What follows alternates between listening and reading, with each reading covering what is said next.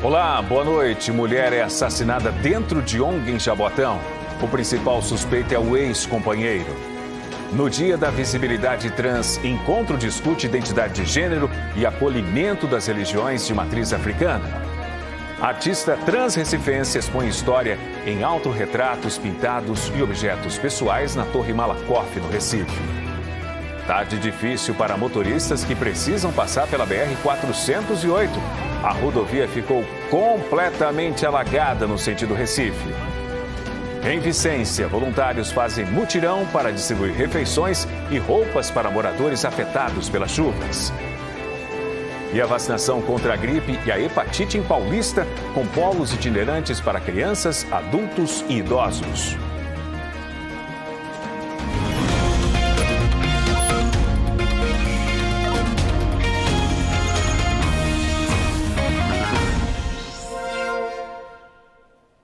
Dia 29 de janeiro é o Dia Nacional da Visibilidade Trans. O encontro no Recife reforçou a importância do respeito à identidade de gênero. Representantes de religiões de matriz africana discutiram os caminhos para combater o preconceito.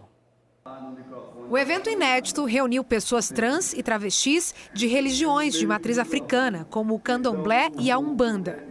Foi a primeira atividade na agenda da Caminhada de Terreiros de Pernambuco, que este ano chegará à 19ª edição e se destaca pela luta contra o racismo religioso e a liberdade de culto. As religiões, sejam elas quais forem, precisam discutir o humano. Esse é o tema de hoje. É entender que não basta ter uma lei para eu acolher. Eu preciso acolher porque a minha fé diz que eu preciso entender você como irmã. O encontro buscou dar visibilidade às vivências dessas pessoas dentro dos terreiros, espaços que historicamente têm desempenhado um papel significativo na inclusão de gêneros diversos. Nas religiões de matrizes africanas, a identidade de gênero não é uma barreira para a fé. Pelo contrário, muitos terreiros são espaços de acolhimento, onde pessoas trans e travestis encontram respeito e pertencimento.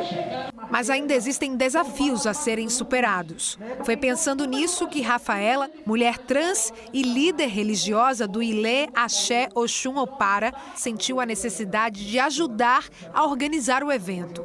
Falar sobre a minha existência é falar sobre a minha permanência na vida. Eu sou uma cidadã.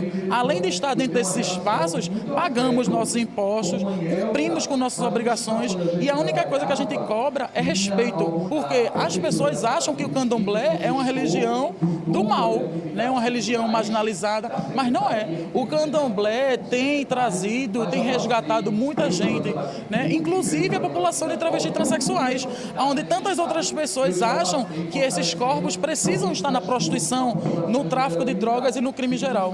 E a nossa religião, os nossos mais velhos, os nossos ancestrais, eles afirmam que podemos estar sim, aonde queremos estar. Rafaele também é mulher trans e dedica a vida à religião. Ela é Kedi, responsável por cuidar, auxiliar e zelar pelos filhos de santo e pelos orixás. Para ela, a discriminação em espaços religiosos precisa ser combatida.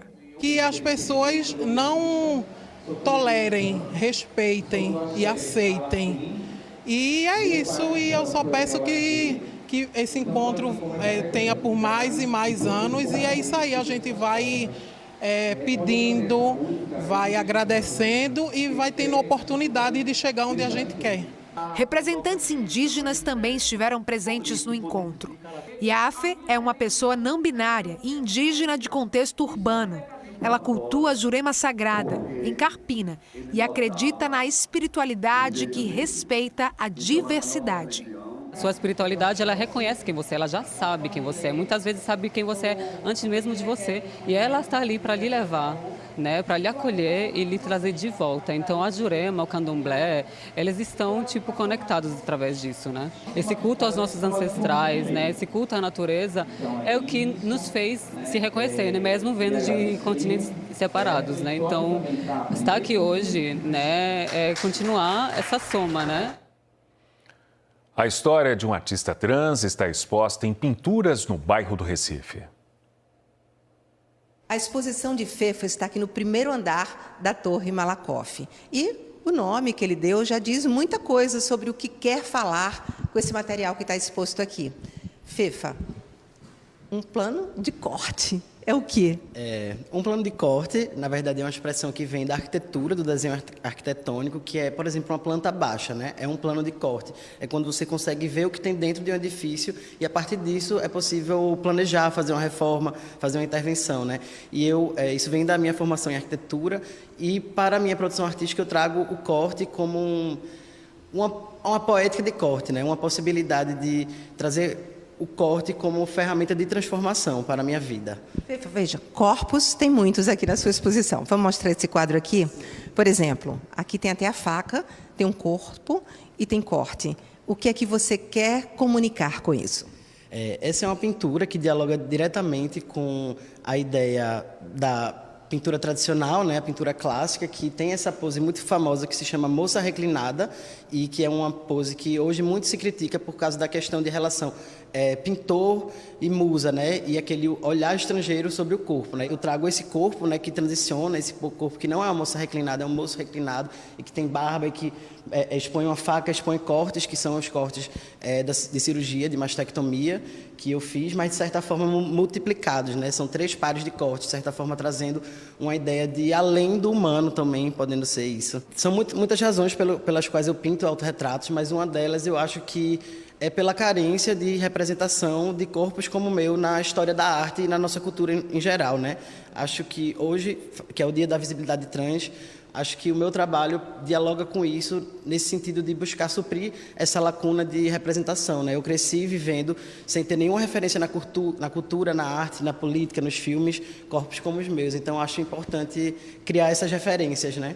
Fefa, tem objetos também. E tem esses dois aqui, por exemplo. Que objetos são esses? Esse objeto na esquerda é, na verdade, um retalho de tecido que eu utilizo para limpar os pincéis quando eu estou pintando. Então, tem aí camadas de tinta acumuladas durante o tempo. E tem também uma poesia minha que se chama Virar Homem, Virar Casaca, Ir a Caça, Engrossar a Casca, enfim.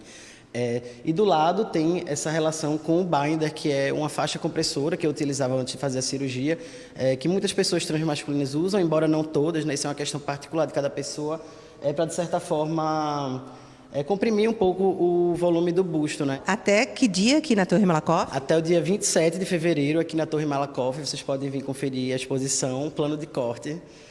Tem também outras exposições aqui acontecendo na Torre, né? Também tem a exposição de Amaury e de Julie B, que também são pessoas trans que estão expondo aqui na Torre Malakoff. Então, queria deixar esse convite para todo mundo vir aqui. A Torre Malakoff fica na Praça do Arsenal. A visita à exposição é gratuita de terça a sexta, das 10 da manhã às 5 da tarde. E aos domingos, das 2 da tarde às 6 da noite. Em Brasília Teimosa, na zona sul do Recife, moradores e comerciantes estão sofrendo há mais de um mês constantes quedas de energia.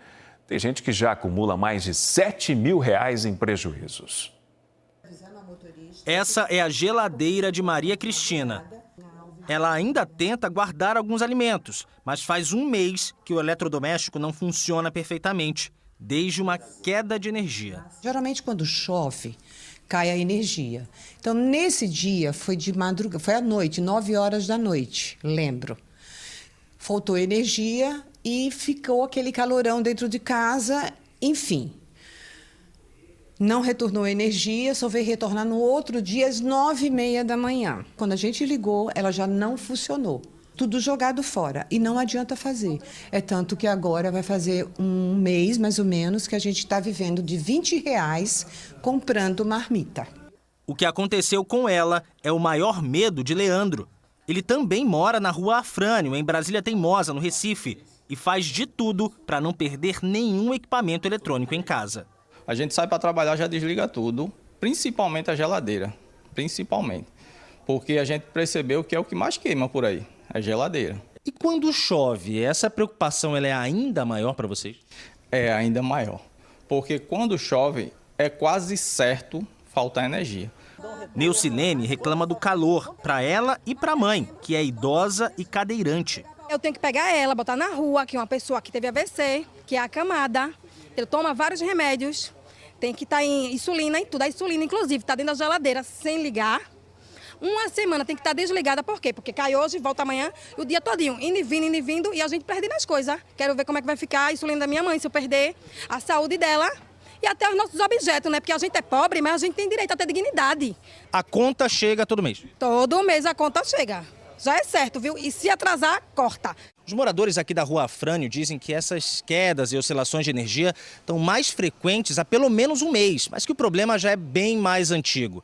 Eles dizem que chegaram a procurar a Neoenergia várias vezes, mas até agora não tiveram nenhuma resposta definitiva. Jailda mostra nas mãos uma coleção de protocolos de atendimento na Neoenergia. Resposta que é bom? Nada. Quando a gente liga, o prazo que eles dão, digamos assim, faltou energia 7 horas da noite, a gente liga. Aí o atendente diz assim, a previsão para o retorno é às 4 horas da manhã no dia seguinte. A população de Brasília Teimosa, principalmente aqui na Rua Afrânio, a gente já chegou a passar mais de 24 horas sem energia. A gente precisa saber o que é que está acontecendo e, além disso, o mais importante de tudo é que o problema seja solucionado, porque a gente não aguenta mais. Na falta de uma solução, Edilene vai contabilizando os danos. Só da última vez que as geladeiras queimaram no comércio dela, o prejuízo foi de quase R$7 mil. Que a gente não tem financeiramente, condições financeiramente de repor, que a gente já repor com dificuldade. A vida, assim, tem impostos que a gente paga, entendeu? Aí fica difícil para a gente repor toda a mercadoria. Muita gente aqui quebrou por causa disso. Fica tudo muito difícil e a Neoenergia informou que desde a segunda-feira mantém equipes trabalhando no bairro. Eles estão substituindo equipamentos e fazendo poda de árvores. Disse ainda que eles identificaram diversas ligações clandestinas no local e que um serviço para regularizar a situação dos moradores que usam energia de forma irregular está previsto para acontecer na próxima terça-feira. Motoristas que precisam passar pela BR-400 e hoje, na verdade que eles precisaram passar pela BR-400 e hoje à tarde, tiveram muita dificuldade. Os vídeos mostram a rodovia completamente alagada no sentido Recife, próxima à entrada de São Lourenço da Mata. Esta carreta conseguiu passar com a água quase cobrindo os pneus. Por volta das 4 horas, algumas pessoas improvisaram um cano para drenar a água que bloqueava a pista. Moradores de condomínios próximos a esse trecho do quilômetro 94 receberam mensagens dizendo que o acesso foi fechado por causa de um transbordamento de rio. No fim da tarde, uma retroescavadeira destruiu a mureta de proteção que separa os dois sentidos da rodovia. E depois, todas as faixas ficaram alagadas. E aí é o seguinte, o Departamento Nacional de Infraestrutura de Transportes, o DENIT, afirmou novamente que vai fazer um serviço de drenagem na área para resolver o problema lá na 408. E depois de uma chuva acima do esperado, aumentou o número de desalojados em Vicência, na Mata Norte do estado. Mais de 250 pessoas precisaram sair de casa. Hoje, voluntários começaram um mutirão para prestar assistência às famílias. José Edilson passou a manhã de hoje lidando com a destruição dentro de casa. Perdeu todos os móveis e está de mudança. Vai continuar morando de aluguel numa parte mais alta da cidade. A casa lá vai custar 250, dessas daqui era 320, 330 com a luz. Aí dava pro final de mês, né? Aí não dá para eu ficar mais aqui, né? Ele mora em frente ao córrego que transbordou e inundou várias ruas de Vicência na madrugada de ontem. A força da água foi tão grande que quebrou o alambrado de proteção e destruiu o calçamento da Rua Maria Vicência. Bem perto, na Rua Olavo de Ataíde, amanhã também foi de esforço para tirar a lama. Muitos móveis e eletrodomésticos estão entulhados.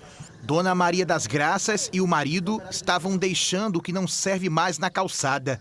Eu estou fazendo a limpeza, viu? É muita lama. Eu perdi tudo, não sei nem o que é que eu faça mais. Porque a lama que tem, só Deus é quem ajuda, né? Que dá uma ajuda. Mesmo estando um pouco afastada do córrego, a casa que José Carlos lutou para construir ficou inundada. A água chegou a 1 metro de altura e ele teve que fazer buracos no muro para escoar. Pretendo voltar aqui mais, mas não, porque todo ano a gente compra as coisas dessa enchente. no outro ano, a gente seguinte, dessa enchente. E a gente vai perdendo as coisas, a gente fica sem condição de manter essa residência aqui. Hoje, o dia ficou nublado e quase não choveu. Mas o mês de janeiro foi atípico em Vicência. A Agência Pernambucana de Águas e Clima tinha previsto 54 milímetros de precipitação na cidade. Mas até ontem já tinha caído 5 vezes mais água, 297 milímetros de chuva. O número de famílias atingidas e desalojadas aumentou. A gente está com 164 famílias atingidas, 442 pessoas atingidas e no momento a gente tem 252 pessoas desalojadas. A gente tem em média 4 casas que foram afetadas, que estão interditadas, caíram parcialmente, e essas pessoas a gente remanejou para o aluguel social, para que desse uma assistência melhor a essas pessoas. 90% das famílias perderam tudo. Foi preciso montar um ponto de arrecadação de roupas e outros itens no Centro Educacional de Atenção Multidisciplinar para ajudar quem precisa. Eu arrecadei com vizinhos, bermuda, camisa, roupa de criança, lençóis. Eu estou fazendo um bem sem olhar quem e possa ser que na próxima vez possa ser que eu estou precisando e eu estou ajudando da minha forma. 3 cozinhas comunitárias do município estão empenhadas para preparar o café da manhã, o almoço e o jantar para as famílias que foram atingidas pela chuva. Mais de 50 quilos de alimentos estão sendo preparados para serem distribuídos em 600 marmitas. São mais de 30 pessoas fazendo as refeições. A gente está aqui para ajudar e estamos aqui até a população ter realmente como preparar a sua comida nas suas residências. Tem possibilidade de chuva para a Zona da Mata e também a região metropolitana amanhã. Vamos ver os detalhes em algumas cidades. Carpina, na Mata Norte, deve ter chuva passageira durante o dia, com possibilidade de 75%. A temperatura mínima fica em 22 graus e a máxima pode chegar aos 31. São Lourenço da Mata tem 84% de chance de chuva, principalmente no período da manhã. A temperatura da cidade não deve passar dos 30 graus. Em Chechel, na Mata Sul, pode cair chuva fraca durante a manhã. Por lá, a máxima deve chegar aos 29 graus. Uma mulher de 42 anos foi assassinada hoje à tarde dentro da ONG onde trabalhava no bairro de Sucupira, em Jaboatão dos Guararapes. Simone Cosme Menezes era voluntária da administração do local. A instituição prestava serviços de saúde e atendia mulheres vítimas de violência. Peritos do Instituto de Criminalística e policiais do Departamento de Homicídios e Proteção à Pessoa estiveram no local. O corpo da vítima foi levado para o IML do Recife. O principal suspeito é o ex-companheiro que está foragido. Tudo indica que foi o ex-companheiro insatisfeito, inconformado com a separação. Já tinha vindo aqui na ONG semana passada tentar reatar o relacionamento, sem êxito.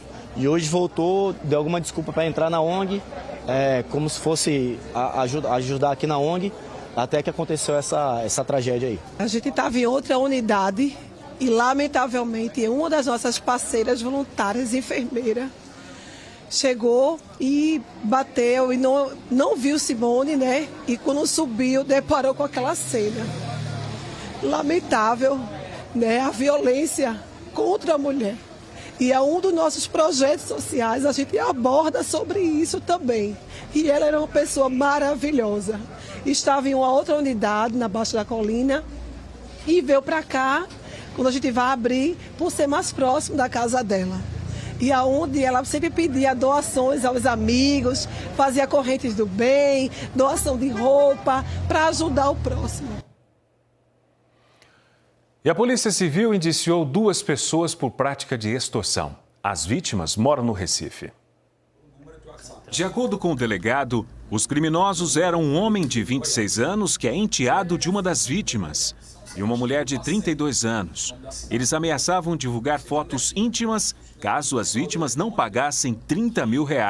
Início, as vítimas, bastante aflitas, realizaram uma transferência via Pix para a conta de um laranja.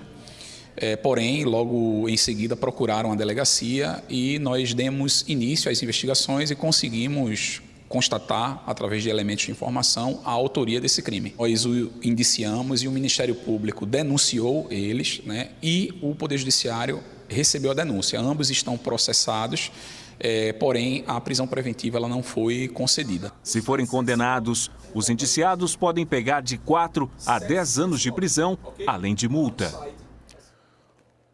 O corpo do adolescente que desapareceu no Rio Jaboatão foi encontrado após 2 dias de buscas. De acordo com a família, o corpo de Kaique Silva, de 14 anos, foi localizado hoje pela manhã por um morador do bairro da Muribeca. Kaique desapareceu na tarde da segunda-feira, depois de entrar no Rio Jaboatão. O corpo do adolescente foi levado para um Instituto de Medicina Legal no bairro de Santo Amaro, no Recife. Até esta sexta-feira, 2 polos itinerantes de vacinação funcionam em Paulista. O objetivo é imunizar crianças, adultos e idosos contra a gripe e a hepatite. O repórter Mário Carvalho tem os detalhes. Oi, Márcio. São 2 polos de vacinação que vão funcionar até sexta aqui em Paulista. Nós estamos no que fica no Mix Mateus de Maranguape 1. Movimentação bem tranquila aqui nessa tarde. E o outro fica no Shopping Northway Paulista. Vou conversar com a Juliane Cavalcante, coordenadora do PNI em Paulista. Queria que você falasse para a gente quem é que pode receber essas vacinas. Essas vacinas estão liberadas para toda a população, né, a partir de 5 anos de idade até idosos. Pode procurar aqui de hoje, dia 28 ao dia 31, certo? No horário de 9 da manhã às 15, aqui no Mix Mateus de Maranguape 1, tanto no Shopping Northway, o mesmo horário, tá? As documentações necessárias, trazer o RG ou a certidão de nascimento da criança, se for de menor, o documento do responsável, SUS ou CPF e o cartão de vacina para a gente ver qual foi a dose, tá? A gente vem reforçar aqui a todos que ainda essa cepa da influenza é a cepa de 2024 e tomamos essa ação junto com a Secretaria de Saúde e a Prefeitura Municipal do Paulista por muitos idosos ou crianças que ainda não receberam a imunização, tá? Só que essa imunização de 2024 só pode ser realizada até sexta-feira, tá? Até o dia 31. A partir do dia 1 de fevereiro, a gente vai ter que aguardar o Ministério da Saúde e trazer a nova demanda de 2025, a cepa de 2025 da influenza. Por que é importante essa vacinação? A vacinação pelos vírus, né? Que vocês estão vendo que está a maioria dos locais do todo o Brasil, né? Está com essa cepa, né, que a gripe está voltando, a Covid, então é reforçar para realmente vacinar tanto sua família como seus pais, idosos que tem muito, tá? E procurar, se não conseguir encontrar aqui nas unidades de saúde básica do município. Você tomou agora a vacina? Sim. Tomou de qual? Hepatite e a da gripe. Por que você acha que é importante tomar a vacina? É importante, né, para a gente se ficar imunizado contra o vírus. Protegido. Protegido, isso mesmo. E o filho aqui é? A filha tomou também, todo mundo... E em família? Em família. Muito obrigado, viu? Márcia, eu volto com você. E logo depois do intervalo, os detalhes da abertura da Bienal da Uni, que espera reunir 15 mil estudantes em 4 dias de programação. E o ator Tiago Lacerda apresenta personagens clássicos de Shakespeare no Teatro do Parque. O N2 volta em instantes. Até já.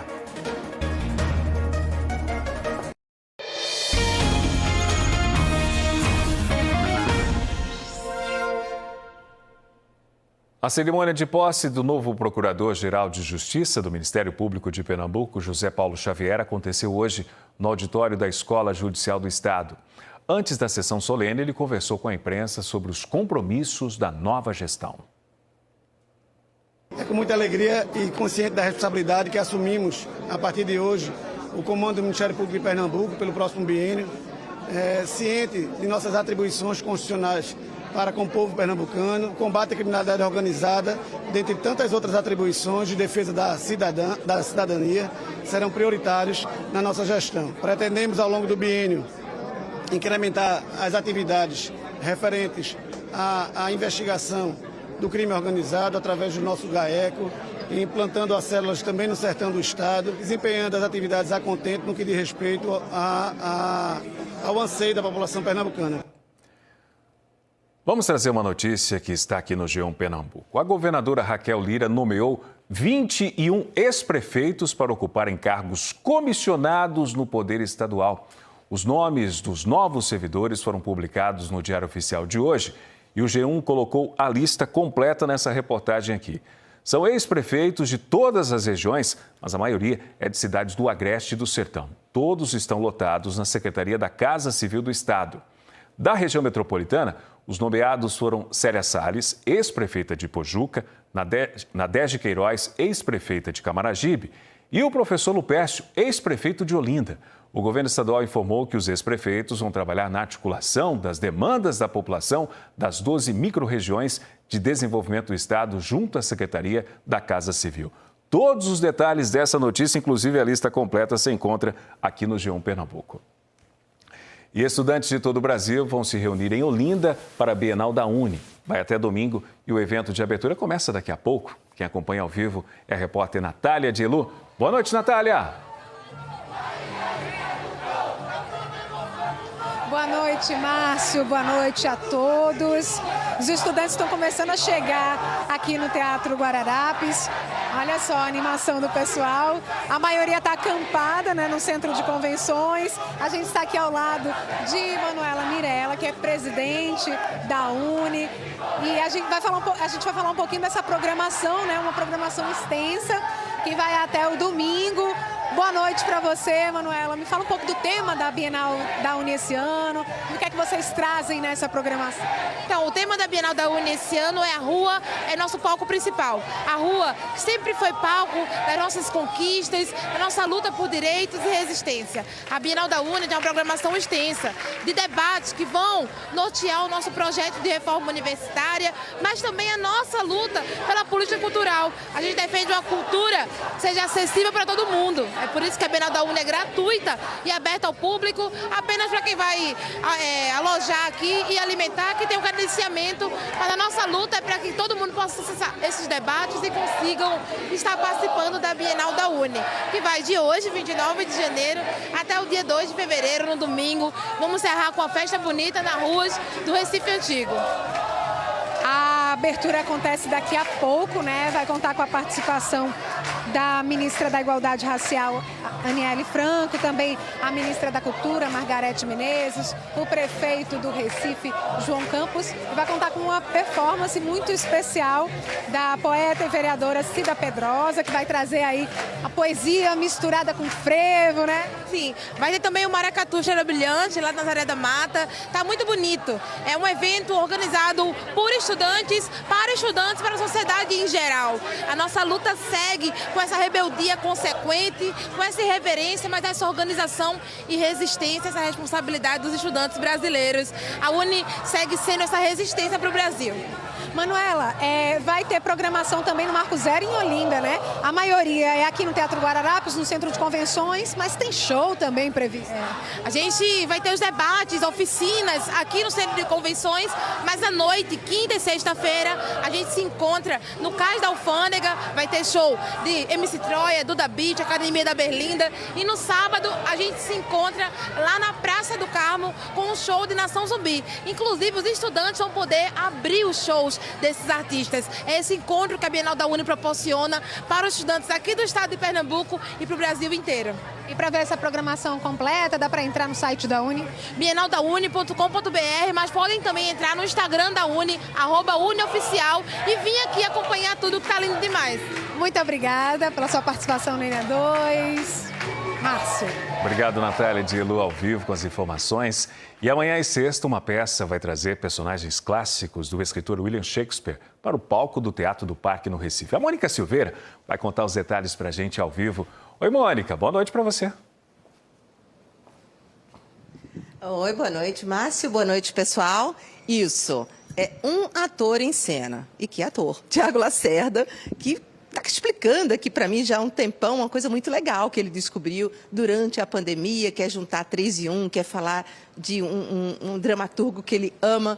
Vou deixar você falar, Tiago. Boa noite. Então, que projeto é esse? Boa noite, Mônica. Um prazer estar falando com vocês. Voltar a Recife, voltar a Pernambuco. Então, o Quem Está Aí, o monólogo que a gente apresenta amanhã e sexta-feira no Teatro do Parque, às 20 horas, é um projeto fruto da pandemia, né? Desse momento tão incrível que a gente viveu. A nossa geração passou por essa experiência E todo aquele momento tinha uma angústia e uma incerteza a respeito dos caminhos adiante. E a gente sentia muita necessidade, toda uma categoria precisando se manter em contato com o público, precisando contar histórias, se inquietando para vivenciar aquilo de alguma forma, produzindo algo. E nós recebemos uma encomenda, eu e o meu parceiro, Ron Daniels, que é um diretor com quem eu já trabalho há 12 anos, uma encomenda para o formato online. A gente tinha feito um plano, o plano não funcionou, adaptamos, então a ideia surgiu de adaptar os monólogos das 3 peças do Shakespeare, que nós tínhamos em repertório, o Hamlet, o Medida por Medida e o Macbeth. E assim a gente conseguiu reunir, como nós conhecíamos o texto e já tínhamos feito os espetáculos, a gente decidiu ousar nesse lugar que é um não teatro, né? Online era uma coisa nova.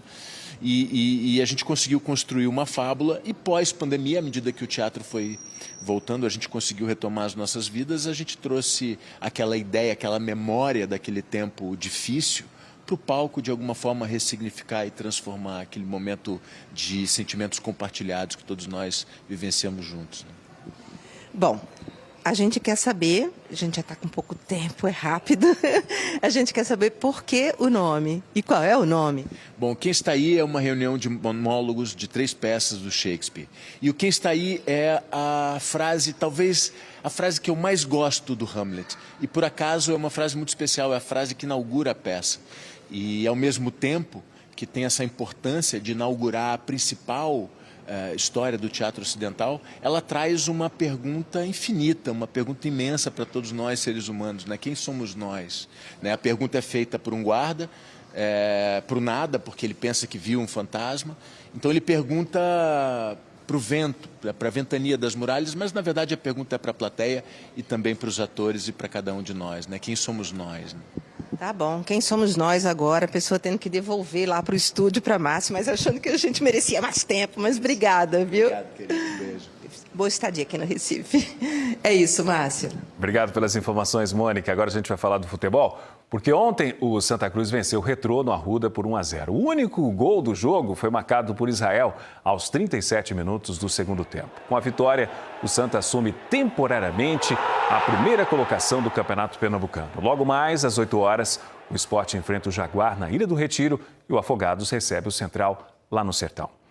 E nós ficamos por aqui. Para você, uma boa noite, obrigado por sua companhia e até amanhã.